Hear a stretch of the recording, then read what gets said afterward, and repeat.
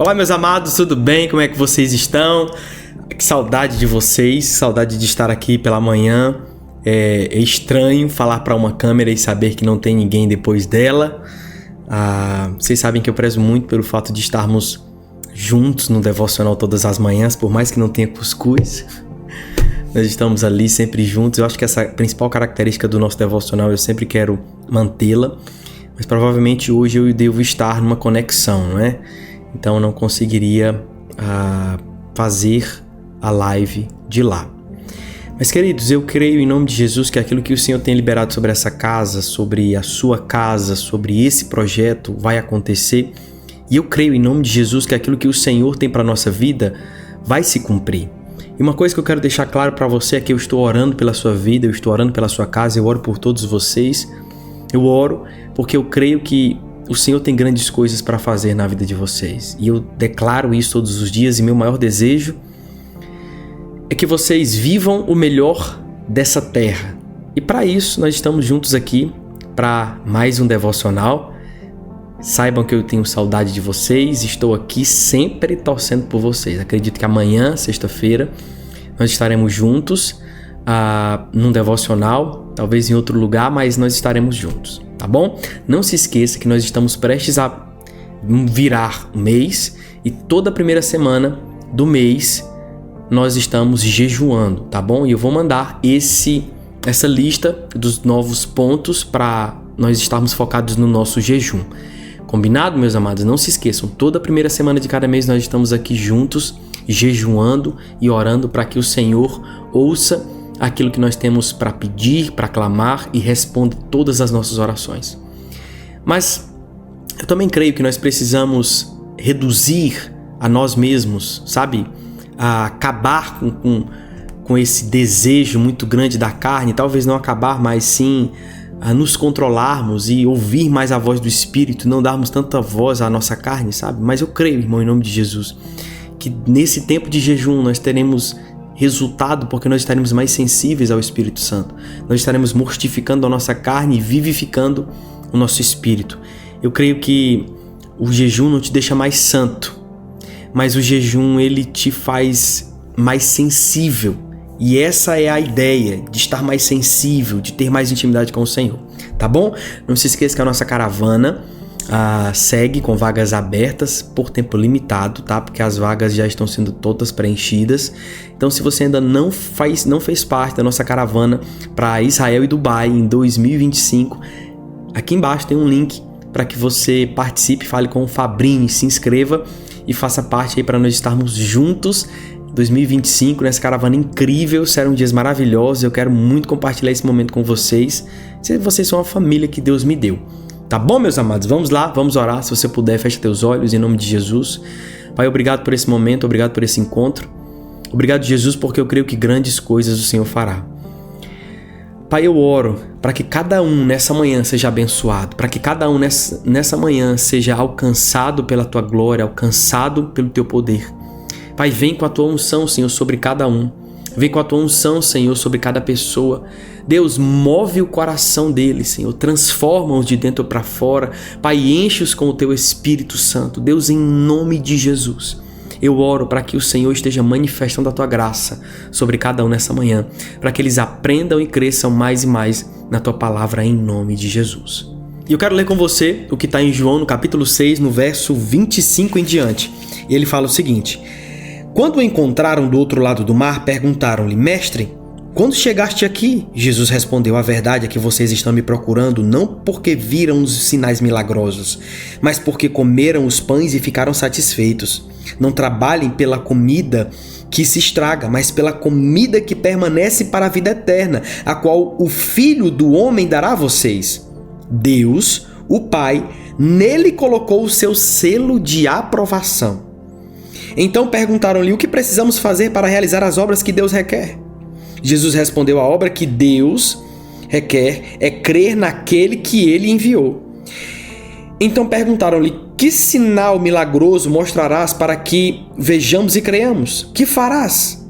Os nossos antepassados comeram maná no deserto, como está escrito: ele lhes deu a comer pão dos céus. Declarou-lhe Jesus: digo a verdade, não foi Moisés quem deu a vocês o pão do céu, mas é meu Pai quem dá a vocês o verdadeiro pão do céu. Pois o pão do céu é aquele que desceu do céu e dá vida ao mundo. Disseram eles: Senhor, dá-nos sempre desse pão. Então Jesus declarou: eu sou o pão da vida. Aquele que vem a mim nunca terá fome. Aquele que crê em mim nunca terá sede. Mas como eu disse, vocês me viram, mas ainda não creem. Todo aquele que o Pai me der virá a mim, e quem vier a mim eu jamais rejeitarei. Agora preste atenção naquilo que Jesus está falando. A ideia central desse texto não é falar sobre milagres, é falar sobre prioridades. Porque milagres sem prioridades não causa a transformação necessária, causa a dependência de milagres. Agora veja, depender de milagres não é algo ruim, pelo contrário. Depender de milagre é algo maravilhoso. O justo vive pela fé. Então, se nós vivemos pela fé, nós viveremos por milagres. Só que você precisa entender que viver por milagres, irmãos, não é depender dos milagres, mas é depender daquele que realiza milagres. E o que Jesus está ensinando aqui para eles é: olha, vocês estão diante daquele que é o pão da vida, mas mesmo assim continuam gastando energia com aquilo que passa, com aquilo que acaba, com aquilo que um dia terá fim. Eu estou apresentando a vocês não apenas um que sacia a fome de vocês. O que Jesus está dizendo é prioridades. Muitas vezes você busca, você se esforça, você, dá o melhor de si, entrega tudo aquilo que tem, sacrifica a família, sacrifica tempo, sacrifica a tua juventude, sacrifica os teus neurônios para construir coisas que um dia ficarão para alguém, que a traça vai ruir, que o ladrão pode roubar. Ele está falando sobre prioridades, ele não está excluindo uma coisa da outra, ele está dizendo: olha, se você aprende a ter prioridades na tua vida, na tua jornada de fé, se você aprende a ter prioridade naquilo que você está fazendo, você será honrado, porque quando Deus for a tua prioridade, milagre será consequência.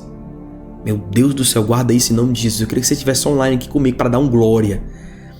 Porque se Deus for tua prioridade, teu milagre será consequência. Jesus está dizendo: vocês vêm a mim não pelos sinais milagrosos. Agora perceba, os sinais milagrosos que Jesus realizava era muitas vezes munido de ensinos que ele fazia. Então ele ensinava, ele mostrava que ele era o enviado, o Messias.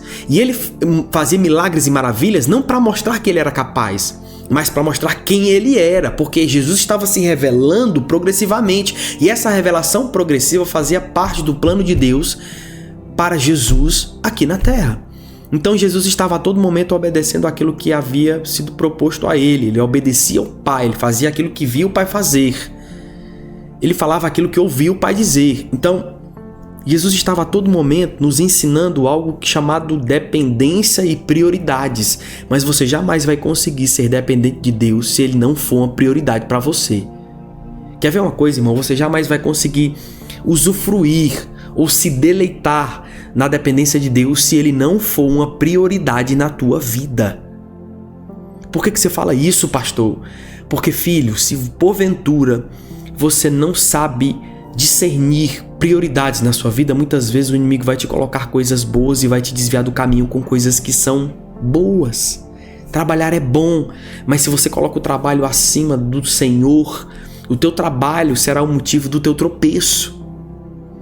A tua família é do Senhor, mas se porventura você colocar a tua família acima do Senhor, a tua família, que é bênção, se tornará teu motivo de tropeço. Nós precisamos começar a entender que maturidade é saber quais são as prioridades. É o que eu sempre falo aqui com a Luciene. Eu falo: amor, eu amo a minha filha, eu morro por ela se necessário. Sem pensar duas vezes, eu entrego a minha vida por ela sem pestanejar. Mas eu preciso que ela entenda que um dia ela constituirá uma família, e quem permanecerá comigo para sempre, e quando me refiro para sempre, até que a morte nos separe, é você. Então, não é que a minha prioridade não seja ela, mas que eu cuido da minha filha, dou exemplos e entrego o melhor que eu tenho para ela, mas eu tenho a convicção de que um dia ela está sendo formada para depois formar outra família e outros filhos. E no fritar dos ovos, quem permanecerá comigo como minha fiel testemunha até o fim da minha vida será minha esposa. É por isso que às vezes muitos relacionamentos eles passam em momentos conturbados, porque às vezes colocam os filhos no lugar onde cabem os pais e querem colocar os pais no lugar onde cabem os filhos.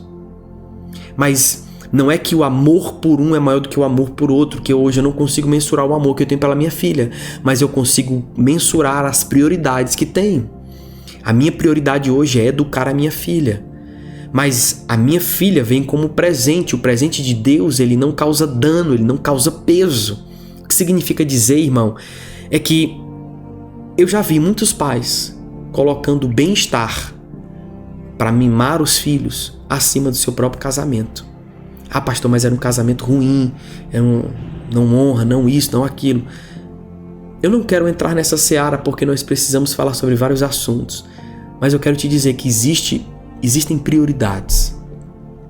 Hoje Deus é a minha prioridade, minha esposa é a minha prioridade, minha filha é a minha prioridade. Essa ordem é inalterável para mim. O meu ministério é minha prioridade, mas o meu ministério vem depois da minha família. E eu sempre estou colocando ali a minha esposa como sendo aquela que está acima das coisas terrenas. Por que eu estou te falando isso, irmão? Porque a gente precisa aprender a honrar as nossas esposas, aprender a honrar o nosso cônjuge, porque são eles que ficarão. Não estou dizendo em nenhum momento para você deixar de amar sua filha, o seu filho, pelo contrário. Volto a ressaltar, porque nós estamos falando pela internet. Tem gente que às vezes usa de maldade para colocar coisas na nossa boca que nós não falamos. Você tem que amar os teus filhos, morrer por eles se necessário. Mas você não pode colocar, às vezes, o mimar dos filhos acima do teu casamento. Você não pode, às vezes, colocar a satisfação, o querer dos teus filhos acima do bem-estar do teu relacionamento. Isso não pode acontecer. Então, eu e a minha esposa, nós temos uma filha. Nós somos um. Nós somos um. Eu não sou um com a minha filha, eu sou um com a minha esposa. Então ela é aquela que eu estarei junto o resto da minha vida. Quando eu entendo isso, irmão, a minha esposa é uma prioridade. Eu tenho minha filha como prioridade, claro, óbvio. Mas eu preciso cuidar da minha esposa também. Por que eu estou te falando isso, irmão? Porque às vezes, se as prioridades mudam, a engrenagem da nossa vida começa a funcionar com peças que não são feitas para determinados lugares. Ou seja, eu não posso colocar a minha filha no lugar que cabe à minha esposa, nem colocar a minha esposa no lugar que cabe à minha filha. Então, se algum dia a minha esposa diz não para ela, eu não chegarei lá e direi sim, só para satisfazer um desejo da minha filha. Mas primeiro eu preciso que entender que a palavra da minha esposa vem como prioridade do que o querer da minha filha. Se minha esposa diz não, e depois ela vem para mim, porque filho faz isso, ele pede para um pai e o pai diz não, depois ele pede para a mãe para ver se a mãe diz sim. Mas a gente sempre conversa sobre isso. Eu digo, amor, a sua palavra é o que conta, a sua palavra é o que tá ficando, e da mesma forma é a minha. Se eu disser não, permaneçamos na mesma visão. Se você disser não, permaneçamos na mesma visão. Ponto. Isso a gente não negocia criação de filho. A gente não negocia. Princípios precisam ser estabelecidos. E se eu ensino para ela como é que um homem honra uma mulher, ela vai ter um padrão para ser seguido, para que ela escolha um homem que honra a mulher. Eu estou ensinando com um exemplo. Jesus está nos ensinando aqui, irmão, nessa palavra, que olha, vocês estão perdendo muito tempo. Vocês estão perdendo muito tempo com aquilo que não vem do eterno, com aquilo que não vem da eternidade. Então cuidado, porque às vezes vocês estarão diante dos milagres e não verão. Vocês estão diante do Salvador, mas estão vendo um carpinteiro. Vocês estão diante da redenção, mas vocês ainda não estão percebendo a grandeza daquele que está diante de vocês. Porque Jesus é maior do que Moisés, Jesus é maior do que Abraão, e eles não estão entendendo a dimensão daquele que está diante deles. E Jesus fala assim, por mais que eu faça milagres, mesmo assim vocês não vão entender, porque vocês estão preocupados demais com as coisas que passam. Vocês estão preocupados demais com aquilo que preenche vocês de forma naturalmente. É por isso, irmão, que esse devocional eu quero deixar isso muito claro na tua vida. Tenha compromisso com aquilo que passa, mas nunca tire o teu coração daquilo que é eterno. Guarde isso no teu coração. Tenha compromisso com aquilo que passa, mas nunca tire o teu coração daquilo que é eterno. Por que eu te digo isso? Porque se você tem trabalho, você tem amigos, você tem projetos, e tá tudo bem você ter isso, tá tudo bem você guardar isso e ter compromisso com isso, tá tudo bem. A questão é, se o teu coração estiver lá, lá também estará o teu tesouro. Onde está o teu coração, ali também estará o teu tesouro. O que Jesus está nos ensinando é que o nosso compromisso com as coisas que passam não exclui o nosso coração de estar firmado naquilo que é eterno. Entende isso, irmão? Essa palavra é muito forte porque ela fala de um equilíbrio. Ela fala de um equilíbrio entre as coisas que nós precisamos fazer e as coisas que nós precisamos viver. Ele faz um equilíbrio entre aquilo que nós precisamos conquistar e quem nós precisamos ser. E ele coloca, olha, o pão da vida tem um selo de aprovação. Eu sou o pão da vida. Eu carrego o selo de aprovação. Meu Pai colocou o selo de aprovação em mim. Isso significa que se você busca a aprovação dos céus, você precisa passar por mim. Não é pelas tuas obras, não é pelo quanto você é bom, não é pelo seu talento, mas é por mim, a tua aprovação diante dos céus, a tua aprovação para você estar diante do Rei dos Reis, do Senhor dos Senhores, a tua aprovação para que você tenha uma audiência com o Senhor de todo o universo, de toda a criação, a tua aprovação para estar diante do Santo dos Santos, para entrar nessa atmosfera, você tem comigo. Mas não adianta. Se o teu coração não estiver comigo, se o teu coração não estiver nas suas prioridades, não importa o que você faça, você nunca vai alcançar aquilo que Deus tem para a tua vida, porque você sempre estará naquilo que você tem para si mesmo. Meu Deus do céu, Pai, em nome de Jesus, não tem ninguém falando comigo aqui, mas eu oro para que essa palavra alcance os corações das pessoas que estão nos ouvindo, Senhor. Eu oro, Pai, em nome de Jesus, que famílias sejam restauradas, que famílias sejam estabelecidas, que maridos cuidem de suas esposas, que maridos cuidem de suas famílias, que esposas tenham a sabedoria, Pai, para tomar de conta de seus lares. Deus, em nome de Jesus, estabelece, Senhor, prioridades no coração deles, Pai. Então guarde isso no teu coração, querido. Prioridade fala de propósito. Não existe propósito sem prioridade. Não existe propósito sem que você estabeleça fundamentos e pilares essenciais para que neles sejam suportados aquilo que Deus está construindo na tua vida. Você pode estar diante de um milagre e aquele milagre não vai mudar a tua vida. Você pode estar diante da poderosa mão de Deus, mas aquele milagre não vai mudar a tua vida. Quer ver uma coisa, irmão? Só pra gente caminhar pro fim, que eu acho que já tá passando o horário. Moisés estava diante de Deus e ele teve a coragem, a ousadia de dizer: Senhor, não quero um anjo, eu quero o Senhor, eu quero a tua presença. E depois Deus fala com ele: tá bom, eu vou deixar com que você seja levado pela minha presença, eu vou deixar com que a minha presença siga você. Mas quando você olha a tradução, que Deus estava falando para Moisés eu vou deixar com que você desfrute do meu poder. Mais uma vez Moisés fala: não, mas eu quero a tua presença. Quando você vai ver, é o cabode, é o peso do caráter, é o peso de quem Deus realmente é, e não apenas aquilo que Ele faz. Porque se você se apega apenas à obra das mãos de Deus, você perde a maior transformação. Porque, irmão, entenda o seguinte: só o caráter de Deus é capaz de mudar o seu caráter. Uma vez me perguntaram: pastor, por que antigamente existiam tantos milagres miraculosos, umas coisas tão assim, muito grandes, umas coisas incríveis, e hoje a gente não vê tudo isso? Eu falei: filho, da mesma forma que viam coisas incríveis, os povos eram levados para o caminho da perdição do mesmo jeito. Milagre não muda ninguém. O que muda as pessoas é relacionamento com Deus. Tem pessoas que vão para a igreja destruídas. Deus entrega um milagre para elas, muda a vida delas. Quando elas estão bem, elas saem da igreja.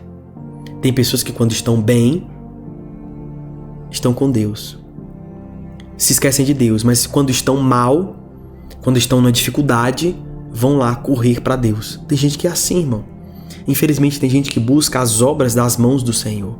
É por isso que você não vai encontrar a mudança que você quer nas obras milagrosas de Deus. Entenda o contexto que eu estou falando em nome de Jesus. Eu estou falando da obra das mãos do Senhor. Em contrapartida, quando você tem uma experiência palpável com quem Ele é, com o caráter que Ele tem, então você começa a ter uma mudança radical no seu comportamento, na sua vida, no seu caráter. Porque o caráter de Deus muda caráter. Sabe, eu já encontrei com pessoas que elas têm dificuldade de se relacionar porque elas têm um certo desejo de controle. Querem porque querem controlar as pessoas que estão se relacionando. Mas isso nunca acontece, irmão. Não espere também que alguém vai mudar. Não espere que alguém vai amadurecer. Não espere que alguém vai ter um comportamento completamente mudado porque casou. Casamento não amadurece. Casamento revela. Presta atenção. Casamento não amadurece ninguém. Casamento só revela o menino que você não viu quando estava apaixonada.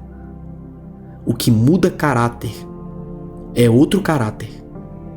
O que muitas vezes você vai pregar sem dar uma palavra é o teu caráter, é o teu comportamento, é a tua atitude. É por isso que Jesus estava a todo momento revelando o Pai, sendo quem Ele foi chamado para ser, fazendo aquilo que os profetas já haviam profetizado. Então, se Ele foi um carpinteiro, Ele foi compromissado com a carpintaria. Mas a partir do momento que Deus disse, olha, chegou a hora, Ele obedeceu e seguiu o caminho de propósito. Então Deus era a todo momento com Jesus. Jesus era comprometido com aquilo que Ele se propunha a fazer. Mas o coração dele sempre estava na eternidade. O coração dele sempre estava no eterno. O coração dele sempre estava com o Pai. Então ele estava a todo momento ansiando pela presença do Pai, ansiando para estar com o Pai. Então é verdade que ele diz, olha, se vocês me amassem mesmo, discípulos, vocês iriam querer que isso acontecesse logo para que eu volte para o Pai. Porque a presença de Deus era aquilo que Jesus mais estava ressaltando, a presença de Deus, o caráter de Deus, quem Ele era, como Ele agia.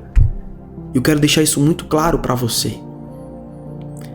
Prioridades mudam estações, prioridades mudam, revelam prioridades. Quer ver uma coisa, irmão? Quando você começa a priorizar a sua vida, muitas pessoas que não deveriam estar nessa temporada com você nesse tempo vão sair, porque você está estabelecendo prioridades.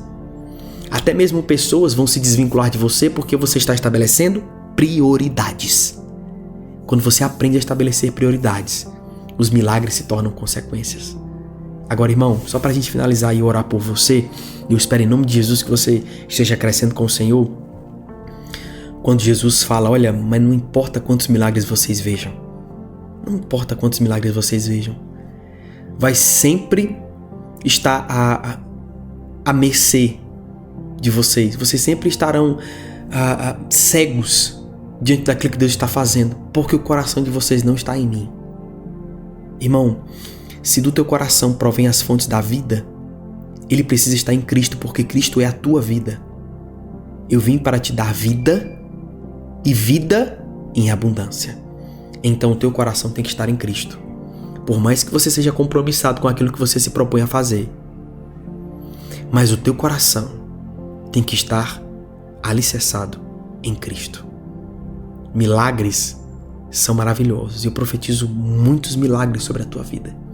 Mas nunca se esqueça que nenhum milagre do Senhor é maior do que a manifestação da presença dEle, do que o relacionamento com Ele, do que conhecer quem Ele é. Você pode estar em Lodebar, irmão, esquecido. Mas se Deus estiver com você, um dia você se assentará na mesa de reis, porque o lugar, a situação, ninguém pode impedir aquilo que Deus tem para fazer na tua vida. Então, quando você está com Deus e Deus está com você, quando você permanece em Deus e Deus permanece em você, quando você é firmado em Cristo e Cristo está firmado em você, milagres se tornam algo rotineiro. Guarda isso no teu coração, irmão. Porque descansar não é ficar sentado como se você estivesse esperando. Descansar é continuar caminhando. Por mais que o teu corpo canse, o seu coração está em paz. E eu posso te falar isso, irmão, já finalizando aqui. Eu já passei por situações em que meu corpo estava exausto, mas meu coração estava exultante. Mas eu também passei por situações em que o meu corpo estava descansado e meu coração estava inquieto. E nesse dia foi mais cansativo ter o meu coração inquieto do que o meu corpo cansado por caminhar. Então guarde isso, querido, em nome de Jesus. Que essa palavra venha como um baluarte sobre a tua vida. Que essa palavra venha como uma espada de dois gumes, dividindo aquilo que precisa ser dividido, tirando de você aquilo que precisa ser tirado. Eu oro, Pai, em nome de Jesus, sobre cada pessoa que está aqui. Eu profetizo sobre eles, Pai, prioridades. Eu profetizo sobre eles, Senhor, o melhor dos céus. Pai, que eles tenham a noção de que a Tua presença vale mais. A Tua presença vale mais do que qualquer ouro, do que qualquer conquista. A Tua presença vale mais do que qualquer coisa que esse mundo ofereça, Pai. A Tua presença vale mais. Deus abençoa para que eles aprendam a estabelecer prioridades, para que eles aprendam a estabelecer relacionamento com Deus, porque o relacionamento com o Senhor irá estabelecer bons relacionamentos com outras pessoas. Pai, em nome de Jesus, eu oro e agradeço por cada um. Eu oro e agradeço por cada família. Pai, eu libero sobre eles bênçãos sem medidas, para que eles recebam dos céus aquilo que só os céus podem oferecer. Pai, eu libero sobre eles bênçãos, Pai, mas que eles aprendam a ter prioridades com aquilo que o Senhor colocou na mão deles. Pai, em nome de Jesus, unge, Senhor, cada um deles. Enche-os com o Teu Espírito e faz o cálice deles transbordar. Em nome de Jesus. Amém, queridos? Um beijo grande no coração. A gente se vê amanhã, 7h30 da manhã. Muito obrigado, queridos. Eu quero ressaltar, muito obrigado. Nós estamos tocando algumas coisas no projeto que estavam paradas. E Deus tem enviado abençoadores, eu acho que essa é a palavra. Deus tem enviado pessoas que têm abençoado esse ministério, eu fico muito feliz por isso, tá? Eu agradeço, porque cada um de vocês que tem nos honrado, que Deus honre vocês, a 100 por 1, que a semente que você tem colocado nesse ministério venha transbordar sobre a vida e a casa de vocês, tá bom? Um beijo grande no coração, obrigado por semear nesse ministério. Se porventura você sentir desejo no coração de nos abençoar, aqui na descrição do vídeo tem forma de você fazer isso, tá bom? Um beijo grande, a gente se vê amanhã, 7h30 da manhã. Tchau, tchau, queridos, forte abraço.